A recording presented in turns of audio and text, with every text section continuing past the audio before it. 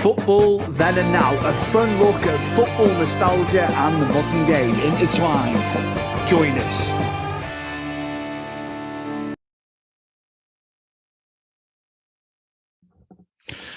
A warm welcome. It is an evening instalment of Football Then and Now, episode 40, Chris, the big 4-0. We finally got to it. Oof. And yeah, how are you, mate? How's things? You know what I mean? You drop the 40 and then, the big 4-0 and it's like, shit, man. That's like us next year. And it's like, the last thing I want to hear is 40 at the moment, yeah?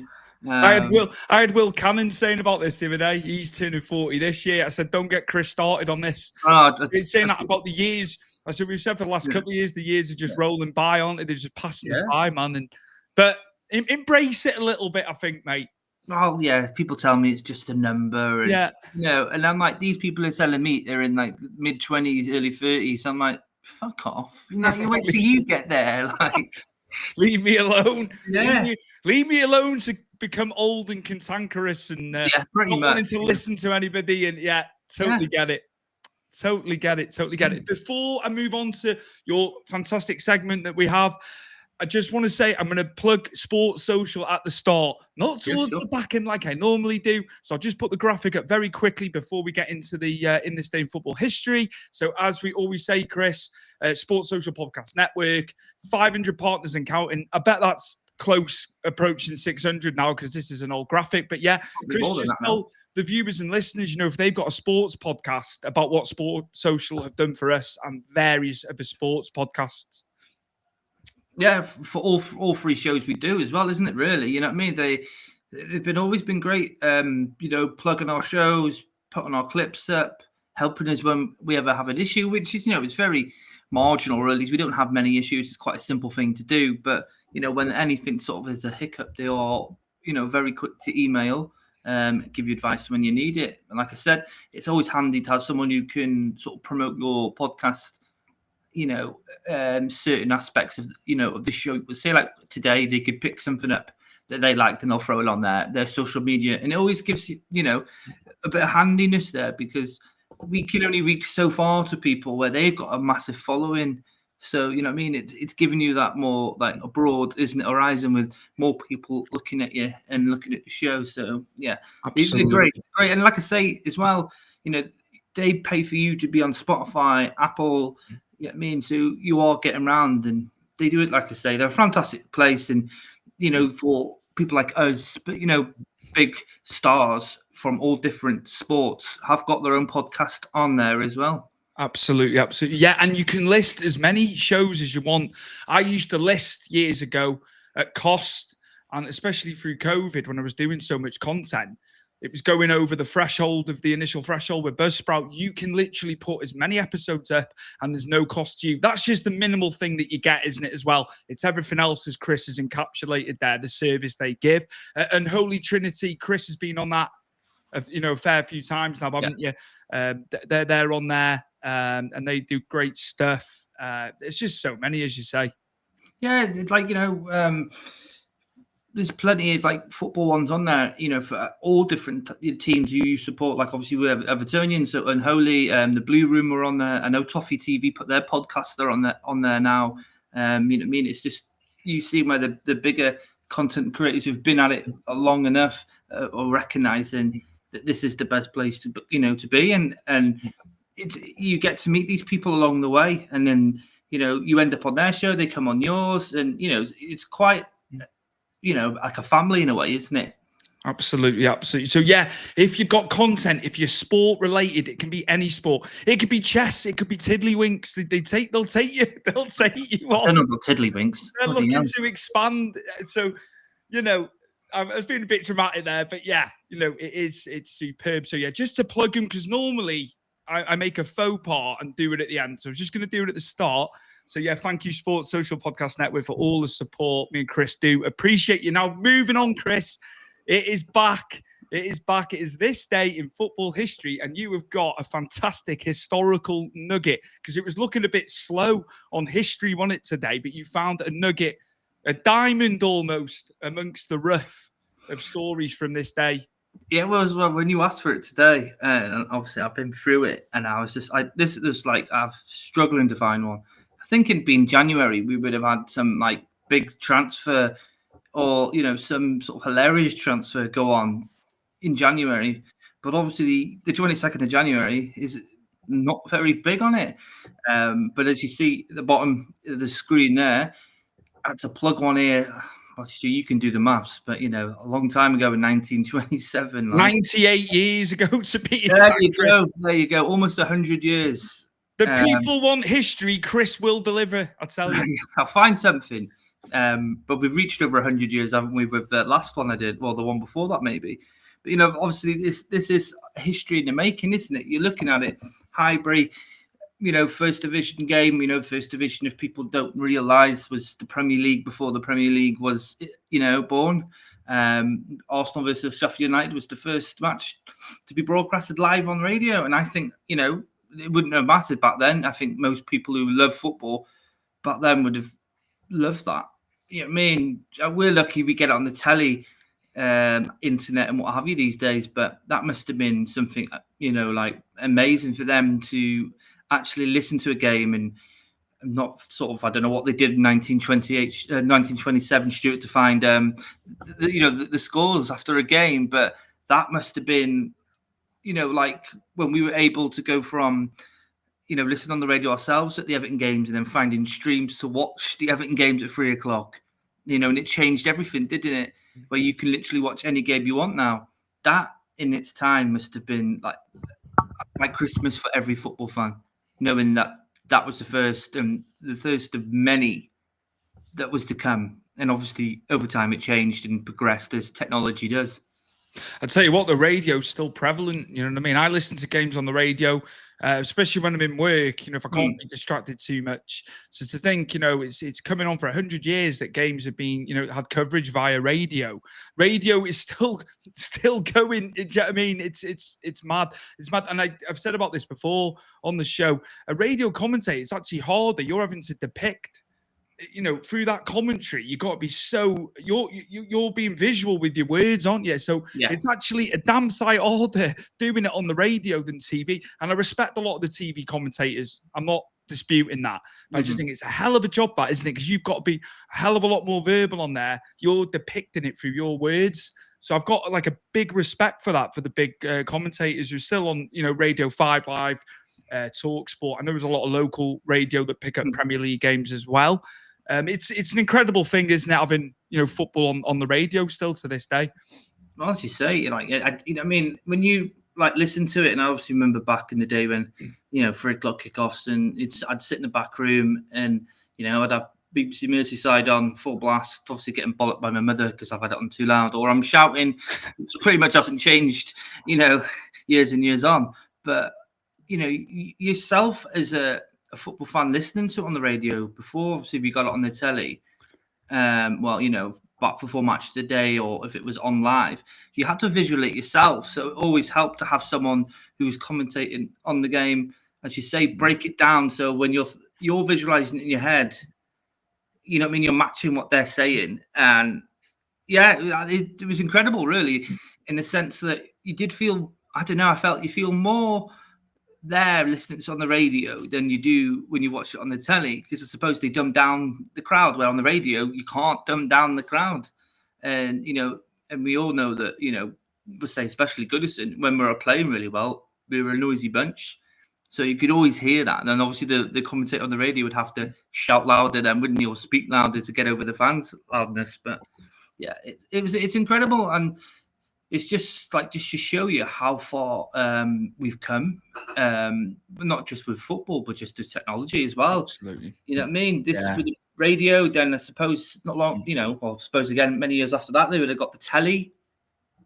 Do you know what I mean? And then, where people are now, they've got pretty much everything, TV, internet, you name it. Do you know what made me laugh at this one, Chris? Obviously, of this Alexa here that you've got hold of. Radio Times printed a numbered grid of the pitch with commentator Henry Wakelam giving grid numbers in his commentary. It's quite amazing, isn't it? That interactivity, even that early on, that they did that. I think that's I think that's outstanding, actually. To give you that sense that you were there, I guess, isn't it, as well? It's quite something that I laughed when you sent me that today, that is what Radio Times did, and then the commentator reciprocated and was obviously saying, they're in such and such an area of the pitch. Just incredible, really. It's a good one, this, mate. It really made me smile, this one. And like you say, it's telling a story as well. As you pointed out, when radio commentators have to do a live football game, you have to tell a story because, if you can't see it physically with your eyes, you got to imagine it.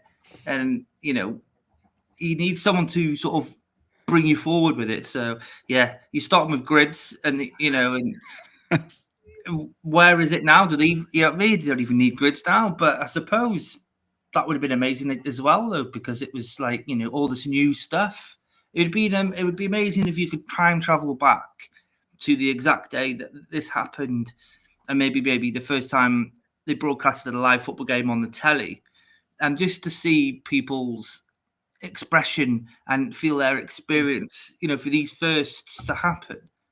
Because I imagine it would have been absolutely amazing, especially for people who couldn't get to the games and relied heavily on whatever it was in 1927 they did, to find out the scores.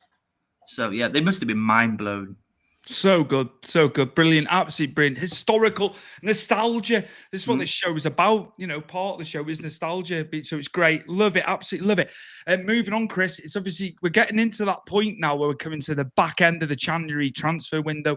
A lot of deals being done. Abroad, actually, I've noticed. There's a lot with America. I don't want to go too much into that. Atlanta getting Almiron back. I couldn't believe it. I've heard like 8 million. I was like, that lad can play. Be a good pickup for someone in the Premier League. But a lot of stories going around. Kyle Walker going to America after I thought it was going to be Saudi Arabia. That's where it led you to believe last week where he was going to go. But more current and more to do with domestically in the Premier League. There's been a lot of news on strikers. And the first one I want to bring up is Matheus Cunha, and heavily linked with Forest and Arsenal. I think Forest more so than Arsenal. But there's 5 other clubs, Chris, apparently looking at him. It'd be absolutely catastrophic for Wolves, I think, if he was to go. They're in a battle down there with us. What do you think with that? With Cunha, potentially leaving to go to one of them? Is there a price sort of set? Yeah, I'm not 100%. I've done a bit of digging. I haven't actually seen, officially. I'm sure there's sites putting figures out there, but surely it's got to be upwards of 50. Well, they signed him quite close to 40 million, didn't they, originally, when they signed him was it Atletico Madrid? Yeah, and he was at Leipzig before that, yeah. Yeah. Obviously, we were interested in getting him on loan, but they wanted a loan to buy, which obviously Wolves did instead. Obviously, we couldn't afford to go to 40 million for him at the time. But he'd be great for, I don't know, for Arsenal. I still think they're looking for something a bit more consistent. I don't know. Would he fit Arsenal? Would he fit having to be chopped and changed constantly? Because, he's the man at Wolves. And I suppose if he went to Forest, I think he'd be the man there as well. Arsenal's, it's a different pond, isn't it? I know Forest are up there at the moment, and I'm not knocking that, and I think it's absolutely fantastic for them. But, if we're talking Arsenal, you'd imagine they'd be looking at someone a bit more, I don't know how to phrase it, is, not to diss Cunha, because I do like Cunha, but, someone who's consistently 20 plus goals a season. I think, and we've said this on the show before, that's what Arsenal are missing. They are doing great with all these midfielders and defenders, but I think there's something else out there for them. I've got Vissa's stats up there. Sorry. Yeah, so we're looking, obviously, his last 3 seasons, 2 goals a couple of years ago, over 17. A bit better the following year, last year, 12 in 32. This is just his Premier League stats, of course. I've got EFL, I've got FA Cup involved in that. And then he's on 10 in 21 this year, so he's gonna be what he did last year, and four assists as well. So his stats are looking solid. But again, Chris Wood's playing absolutely out of his skin for Forest, and they've got a 1 year. They've got a 1 year on the bench. I know they've got other options as well. I don't think, are they just looking at it? We need to make sure we're in the top 4 now, so we'll go for him. Do you think that might be a factor? I don't think they necessarily need a striker. Forest. Wood has kept doing it week on week. I thought Chris Wood was going to slow down, if I'm honest. He's got better, to be honest. It just shows you, and then this isn't, again, we're not talking about Dyche, we're not going to go on to it, but it just shows you a difference between a manager that plays a striker that's attacker-minded to a manager that's, defensively minded. And Chris Wood, as you say, looked like he was slowing down, looked like, I wouldn't say he's coming to an end, but I think Premier League standard, but, he's found another pocket of energy, hasn't he? And he's been brilliant, and you can't knock him for that. And I thought when we played them this season, bossed us, scored a good goal as well, a good link-up play, but with the chip over Pickford.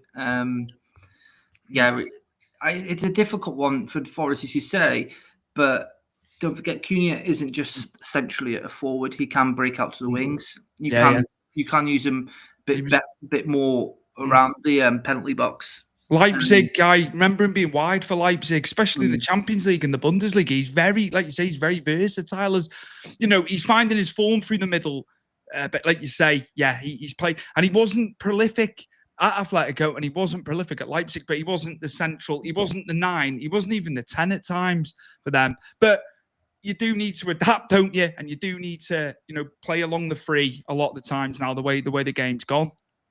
But obviously tactics change, don't they? Evolve, and you go from starting from 4-4-2 to and then you go for a 9 and a 10 behind each other. And now it's more in the midfield pack going into wing, isn't it? For one striker up front. I don't know. You could necessarily, if I don't know the formation pretty much with Forest, because obviously I've only watched a few games this season of them. It'll be a hard one, because if he can't play up front because Chris Wood's banging in the goals, and it'd be a sucker punch for Chris Woods if Cunha was to come in and he got pushed to the bench, because that wouldn't make any sense, and nor would it be fair to Chris Woods. You couldn't play him behind Chris Woods, because Gibbs White has been absolutely phenomenal this season, and it'd be a shame to pull him off, for Cunha to play behind Chris Woods. And then the wingers, what you're looking at.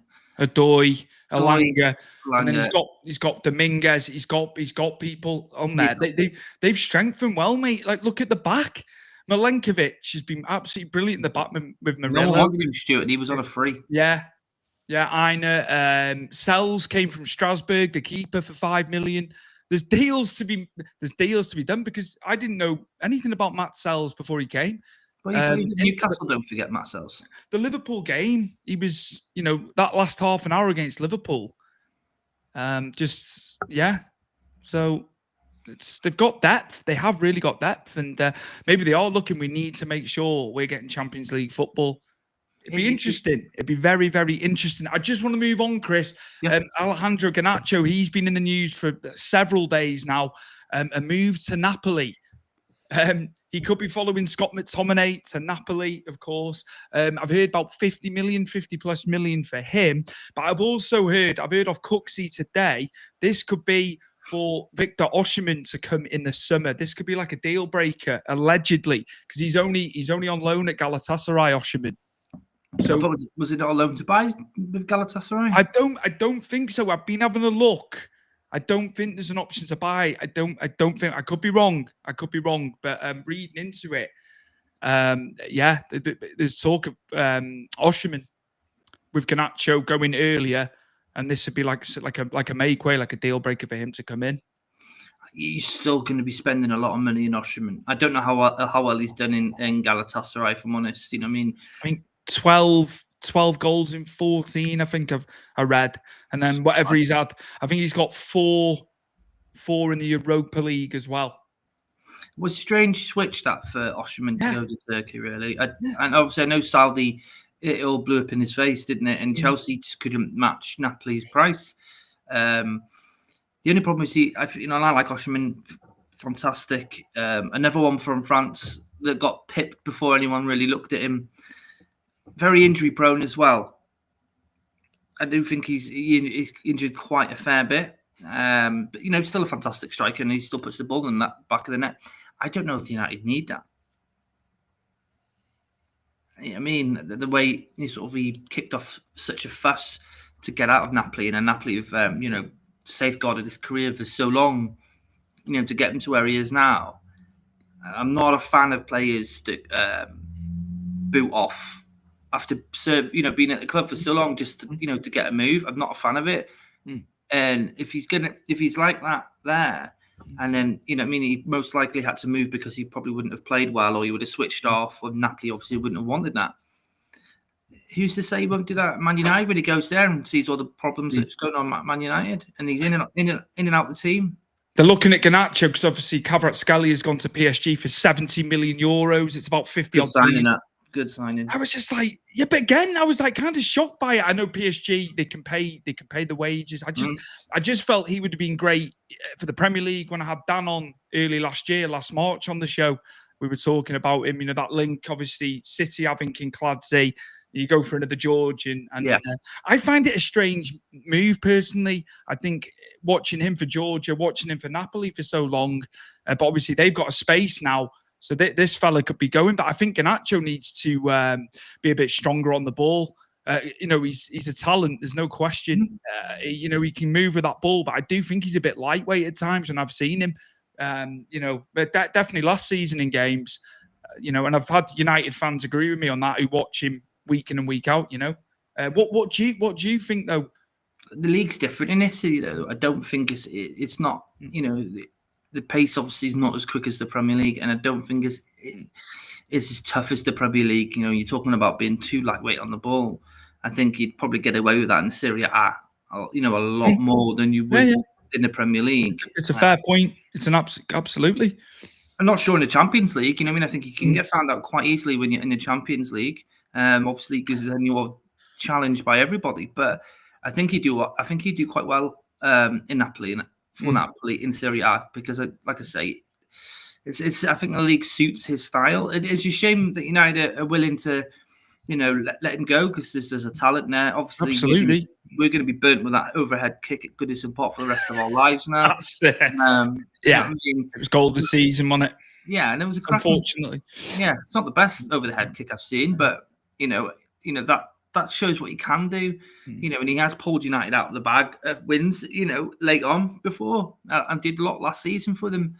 I don't know whether what's happened, obviously behind closed doors, is something that's gone on, because it's, again, you talk about Garnacho, Rashford's going through the same situation. Well, the representatives were in Benfica last night, weren't they, with Barca? Yeah, and that was a cracking game, by the way. Yeah, Craigie Moses, man, a 3-1 I left that game at. I was like, Pavlidis has got a hat trick. I have a look again. It's gone to 4-2. I was like, they're finished. Barca have had it. There's no way. 5-4. Couldn't believe it. And I tell you, he's been really. I don't want to make it about that too much. I know, but it was a good game. You can't Rafinha, I tell you what, he was copping for it last season. He was bought in at a strange time, wasn't he, when Barca were going through all that financial nonsense. He was one away. There was talk of him leaving. He has stepped up. I'm watching the Super Cup the other week. Fantastic. He's been in fantastic form. Rafinha for them. He's a good player, Stuart. You saw that at Leeds. He just needed a better team around him. And you look at what he's done in the fifth goal was fantastic. He broke on that right and he tucked in, didn't he? And then hit it in the corner. And, that's Barcelona of old, that really, isn't it? It reminds me back to the game when you mentioned Paris Saint-Germain before, when they got battered by Paris Saint-Germain in the first leg. And in the second leg, they pulled it back. But all guns blazing. I kept on going out to, make a brew, and every time I come in, and I was watching all the goals for all the games last night on the Champions League. It's crazy, isn't it? Constantly there was something changing there, but it just showed Barcelona, as much as they're going through some horrid times of finance at the moment, they're still class, and they've got a great manager, and they've always had that core of fantastic talent that comes through as well. So I've got all hope for Barca. They just obviously need to sort the finances out. But with you going back to Garnacho, I think it's perfect for Napoli. I think it'd be perfect fit, absolutely perfect fit for him. And I think Italian league Serie A would be a perfect fit for him. again, I'm going back to it's a shame that he's going. You know, I'd rather all the talent that's in the Premier League that we can watch week in, week out, especially the young ones that, you know, have got so much potential, very high ceilings.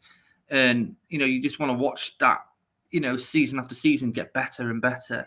So I'm always a bit gutted when we see talent like this go.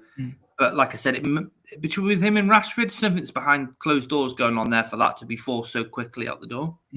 I won't go back to Forest just yet. I've got one more item on Forest, but I'm going to bring us in. This has been rejected again anyway, and Brady's put a comment in. So we know that when I read this, it was 50-odd million. West Ham put a bid in for John Duran. Not in a month of Sundays is that going to happen. And, you know, they've got him and Ollie Watkins. They're in the Champions League, let's not forget. And he's played really well this season. He's really, you know, he scored goals last year. He was a bit quiet the first season, wasn't he? What a cheeky bid that is. And they tried it in the summer as well, didn't they? I just knew straight away, there's no way in hell Duran's going to West Ham to leave Villa. And Brady's just said in the comments as well, Duran is going nowhere, boys. Chris? I agree with Braids there. It'd be absolutely stupid. Why would you sell? And you'd say he's one of their best players this season, and he's definitely stepped it up a notch. You know, scored a banger against us. You know, the winning goals against Bayern, and he's just been so instrumental for Villa up front this season. And he's kind of quietened Ollie Watkins, really. Obviously, Ollie Watkins had injuries, but he's the main man currently at the moment, isn't he? Duran. I don't know where West Ham have got 50-odd million to spend on him, but no, you know, he's not going to go there. And Villa would be absolutely stupid at this point in time in January when they're trying to get themselves back into the Champions League spots. I was also, you know, trying to get further in the Champions League. Why would you sell him? I couldn't believe it. So one of the daftest things I've heard. Like literally, if a player, say Villa weren't where they were, say they weren't in the Champions League, and it was they were lower down, maybe down with us, maybe top of the bottom half, say, and it was someone higher coming in, then you'd kind of understand it if he was in form that he's in, and all the rest of it. Just some of the stuff you just can't write it, can you? Sometimes. So it's just like I was just scoffing at the telly yesterday. I saw it pop up on my phone. Silly bit that is. They tried it in the summer, and then he's gone on to be like, you know, when he's played, he's been brilliant when he's played this season. Bar being dirty when he got sent off the other week, of course, but you know, you have to forgive him. Yeah, he's a young lad, isn't he? And, you know, he's Colombian, am I correct, isn't he? You know, that sort of aspect, you know what I mean? I think things just boil over, don't they? And you get frustrated, and you'd make that one mistake. It happens. We've seen it plenty of times with players. So I wouldn't, you know, he didn't break his leg or anything, did he? So West Ham are probably are desperate, aren't they? As well, you know, Danny Ings hasn't quite done it since he's gone there. You know, Antonio, they were so heavily reliant on him. What happened to him? It was terrible, terrible, absolutely terrible. So they're looking. They're actively looking. You know, Potter's just come in. He's going to want people in. He's going to want his type of players coming in. So, but that one's just you're barking up the wrong tree there. That's it's never happening. And the Freiburg didn't work, did he? No. But he's had injuries as well. The thing is, right, and I know that, you know, clubs in our position at the moment where West Ham are and stuff like that, you naturally want a Premier League proven striker, don't you? And when you're battling, it's the go-to, isn't it? But when you're going for a player that's playing in England at the moment, and especially with a team like Villa who are riding high, you're going to be paying double the money. I bet you they could find something equivalent to Duran, maybe not the same player, in another league. I was watching Simon Jordan on TalkSport, and he said West Ham did the same with Andy Johnson when he was at Crystal Palace. They tried to get the fans on their side. Well, they come to us anyway, so we're lucky. Absolutely. And the last item, Chris, just on this transfer latest before we go, of course, and close out on episode 40. We're back with Forest. They're in the news there. They're actively looking. They're searching. And it's another target. And it's and Wissa, who's been absolutely fantastic for Brentford. Yeah. And a derisory amount of money, if that's the correct amount they've put in. And I don't think his contract's coming up anytime soon either. So that amount is ridiculous. I couldn't believe what I was reading. Him and Mbeumo, we've stated about I love them together. Yeah, they are so good. If you think Thomas Frank is going to allow him to go, you're sadly mistaken. You're sadly mistaken because they are pushing. They're trying to get into Europa League, and they very well may do it as well. He's a prized asset. He's a prized asset, isn't he, with Mbeumo? There's not a chance in hell, Chris. Can you 22 million? I couldn't believe what I was reading. He's worth more than 22. And we've blown the trumpet for both Mbeumo and Wissa for quite a while now, haven't we? Since they really took the reins off Ivan Toney when Toney was suspended. And they really, again, I'm using the word, but both of them stepped up and they've been fantastic. I mean, you can see the difference from, like, as you see the first 2 seasons, and then obviously Ivan Toney being suspended. He was played more attacking, wasn't he, with Mbeumo up front or playing behind each other.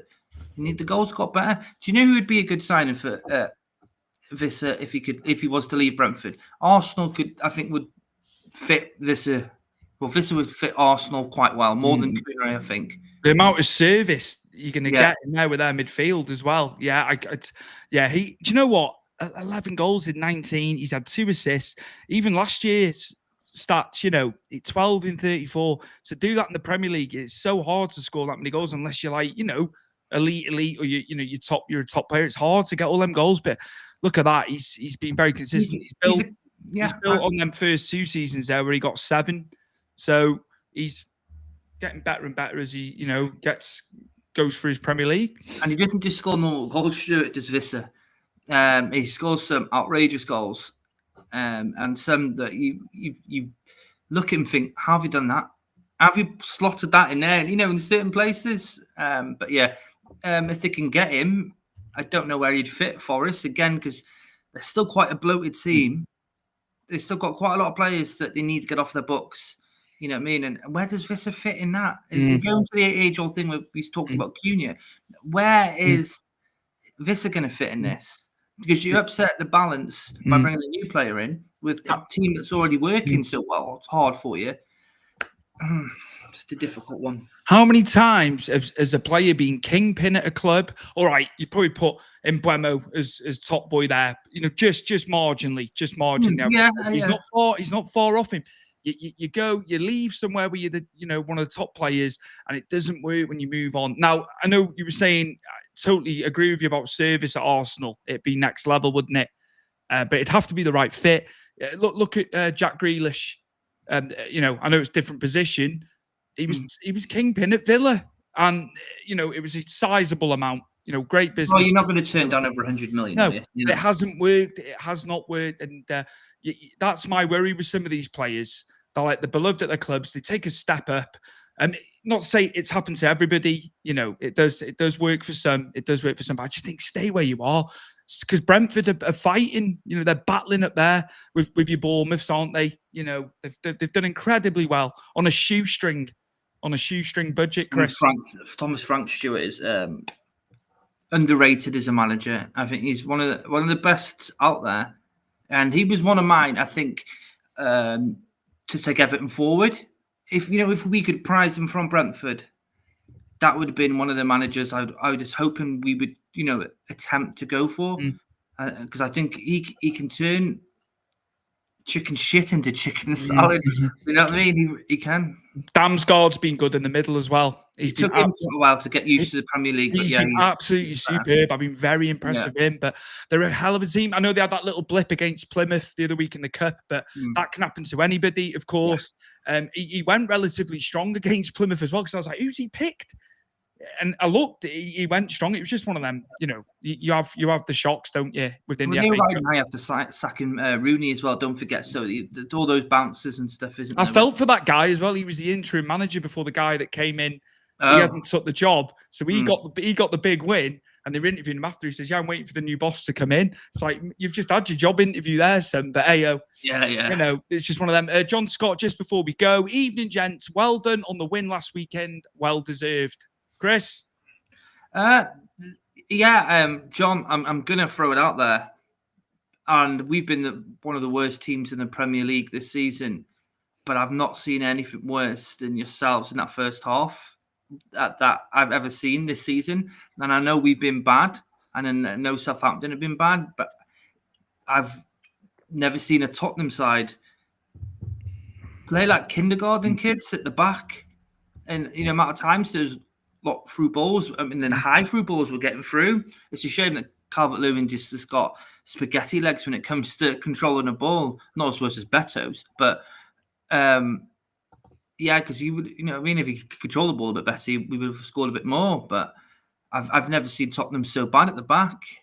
I worry that Ange is literally on a single piece of ice here.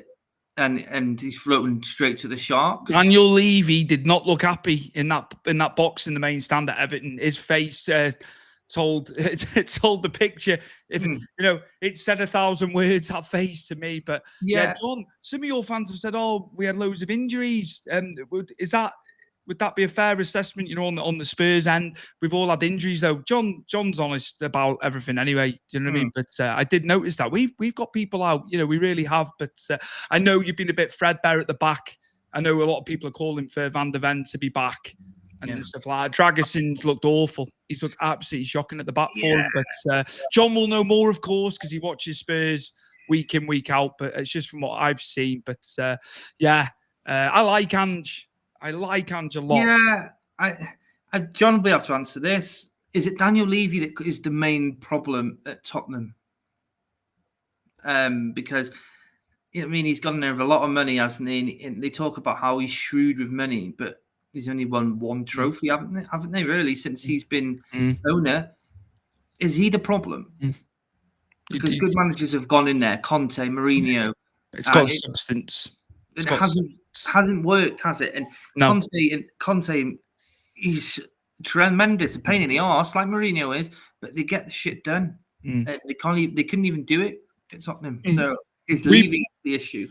John, again, we were a shambles. Levy has sat people for far less. Jose, 5 days before a finals. Redknapp finished fourth, got sacked. Yeah, I know John's stance on it when we've spoken. On previous episodes, it's like, you got to give this guy the time. They've got to get through this bit.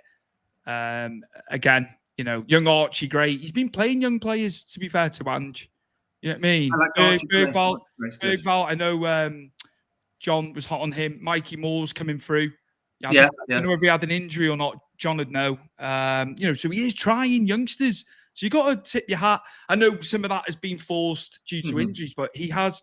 Even when they've had players fit, he's played young ones. I'll praise him on that one, definitely. And just one more from John before we go. Justin Kluivert has been amazing this season. Praised him a lot when he started at Ajax. He had a bad spell in Serie A, but he's proven his worth now. Yeah, he was at Roma, wasn't he? He's had a lot of loans, that lad. But 22 points on the fantasy football last week as well. I got scuppered by someone below me. Almost went to Fulham, if you remember, before Bournemouth. Fulham tried him for a loan the season before, and for some reason it didn't go through. Obviously, Bournemouth snapped him up then. He's been very quiet, hasn't he? He hasn't really matched the Premier League till this season. Right, I think Areola has obviously got Bournemouth working fantastic. Another, 2 surprise packages we have in the Premier League this season, Bournemouth and Forest. And then he's been at the forefront of it. But Kluivert, isn't it? It's in the genes. His dad was one of my favourite strikers at Barcelona and Ajax. Not after that, more so. I loved him at Barca in the 90s. But it's in his blood, isn't it? His other lads are playing as well. I think on a lower level. Yes, they are. Yeah. 2. I think it's 2. It may be 3 of the lads. They're all playing professional football. So, but it's just amazing. The youngest is at Barca, Stuart. So. The Patrick, should I say? Absolutely. Fantastic that all the boys are playing professionally. It's great. He must be so proud of his boys. But yeah, Kluivert was still 5.5 million on FPL last week. That's cheap. He's bargaining. There's bargains to be had in that midfield. You can, if you're looking to take out like Cole Palmer, because he's like virtually double. You can get 2-3 players in. A lot of penalties. Midfield. Somebody captained Kluivert actually, so they got 44. This was on like the world thing, not in our private league. Yeah. I was like, you jammy bastard. But, hey, known, yeah. But yeah, that's FPL. But John, cheers for your comments. We'll have you back on very, very soon. Chris, just all the socials before we go, of course. Yeah, cool. So you can catch us on X, Instagram, YouTube, all the podcasts, audio everywhere. Yeah, I don't need to tell you what they are. I'm sure most of the people now have Spotify, Apple Podcasts, wherever you get your audio from. We're all on there. We've got our own channel on Facebook. If you want to go back and watch some previous lives we've done, they're all on our Facebook channel.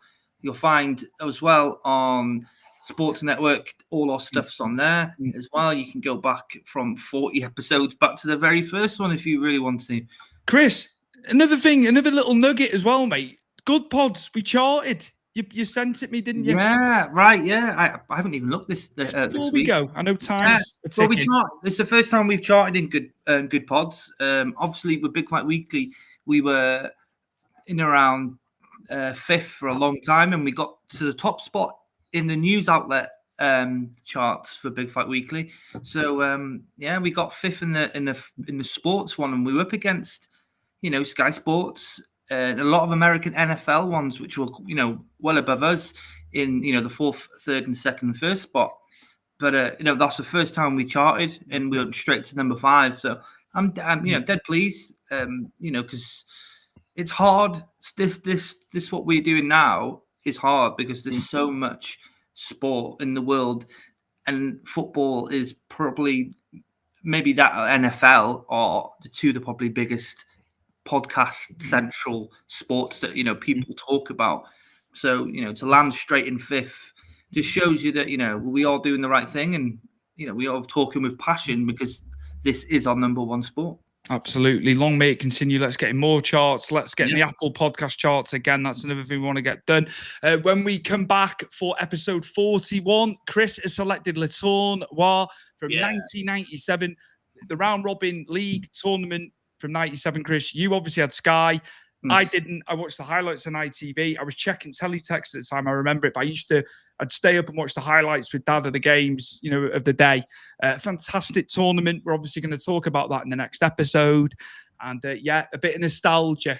But it's been good talking about the transfers. Of course, there'll be plenty more going on as we get to deadline day. So possibly next week we'll have some more transfer news on top of everything else. And thank you everyone. Thank you for your comments, of course. Cheers to John. Cheers to Brady for the comments. And we'll see you very, very soon for episode 41 of Football Then and Now. Take care.